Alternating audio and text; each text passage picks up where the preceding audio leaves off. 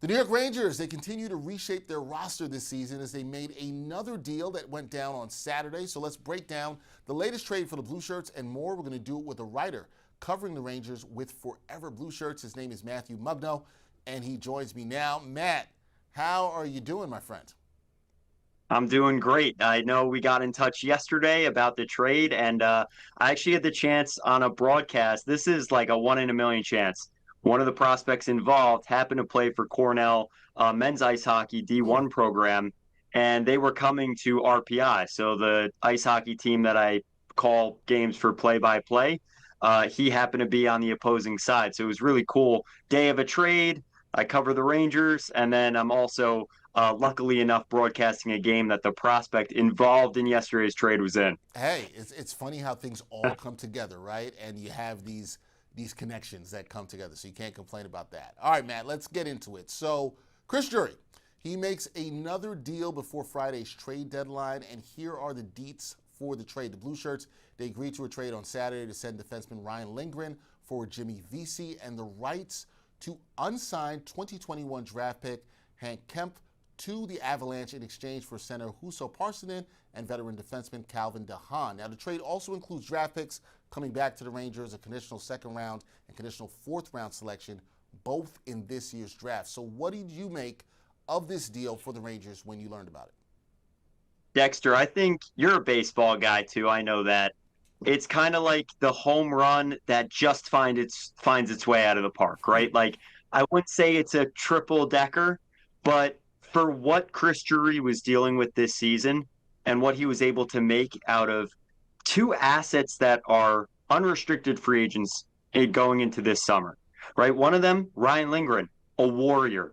His run from 2020 to 2024, just like this core, he was a crucial piece, but his play style was physical and it really took a toll on his body this season.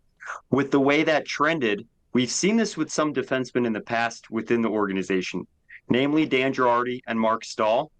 I think the organization looked at those potentially and learned from them, or at least know that what you have right now is a player that you likely shouldn't extend for term. And that's what Ryan Lindgren was going to look for. He was playing top pair minutes with Norris Trophy winner in 2021, Adam Fox, who is now on the IR.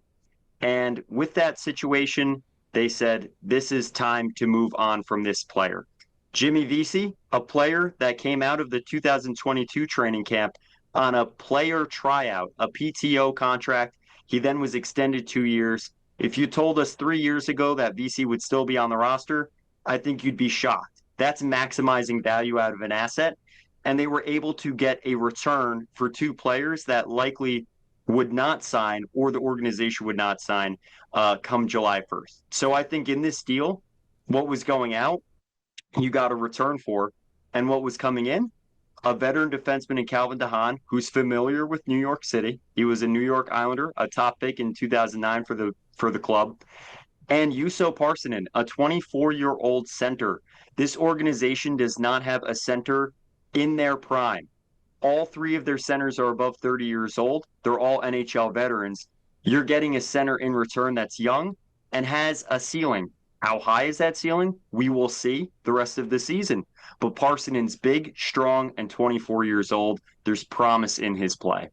All right, so you got some upside there with Parson, who was on the Rangers' radar for a little bit, and they're able to bring him back here. And you talked about maximizing the value of Lindgren and VC in this trade. We'll see if that happens for them. So we're under a week until the trade deadline. Does this deal ensure that the Rangers will be sellers at the deadline? And should the Blue Shirts be buyers or sellers before we get to Friday's deadline?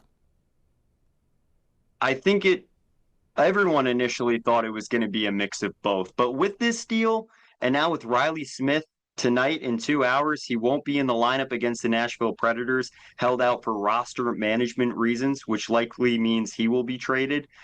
I think they're going to lean towards selling those assets that we knew would likely be moved, especially with the way this season has gone. And they've also moved a number of players over the course of the season, namely Captain Jacob Trouba and Capo Caco, last summer Barclay Goodrow.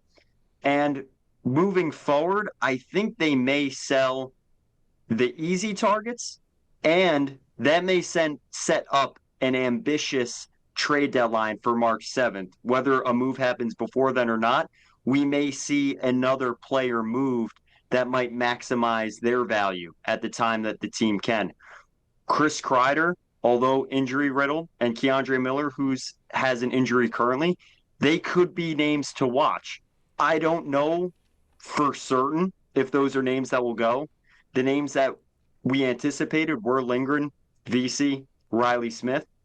But with the way this is trending, if there's a good deal to strike up and a player available and a team willing to take or talk about certain players, then I think we could see more selling than buying at this trade deadline.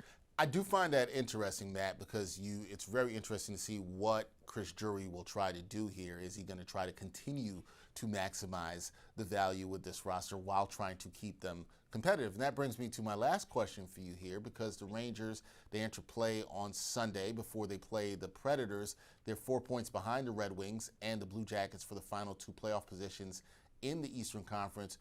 What do you need to see from this team before Friday's trade deadline that would make you believe that they will be playing postseason hockey this year? Because Rangers fans are still hoping for that, but what do you need to see from them this week that'll make you say, okay, the Blue Shirts can get it done and they can be playing in the Stanley Cup playoffs?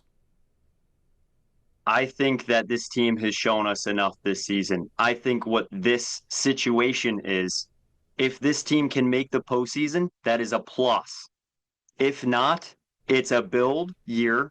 You get players that are rookies like Brett Berard, Brennan Othman, and potentially when the NCAA Men's Ice Hockey Championship is over in April, Boston College prospect Gabriel Perreault, potentially Drew Fortescue, another defensive prospect in the system. If you can get these players to play, including players on the roster like Will Cooley and Matt Rempe, Alexis Lafreniere, more experience in elevated roles, then I think that is a win for the team right now. If they make the playoffs, again, that's great. I think the target goal is in the summer to restructure this roster and to reboot the core. I think this core has run its course, and you still have one of the best goaltenders in the world and very good players, including JT Miller, who they brought in right before the Four Nations tournament. So I think this season they've shown us what they are, and if they can make the playoffs by winning games down the stretch, that's fantastic. That's great experience for this group. I do think that it does spell for change in the summer, though, and we know that's coming. Yeah, we know that's coming, and things have been changing thus far this season with the Rangers very active on the trade market, and we will see what they will do before Friday's trade deadline. That is Matthew Mugno. Check him out with Forever Blue Shirts, doing a great job covering the Rangers. Matt, appreciate the time. We will talk some more hockey soon. Thank you so much, sir. Dexter, last year I know we were talking about Stanley Cup. Hopefully, next time I'm talking to you, it's about a different team and maybe one with a little more hope in the locker room. Yeah, I hope that for you and the Rangers fans out there, because there hasn't been too much of that this year. But we'll see how things progress going down the rest of the season. Thanks, man. I appreciate you. Of course.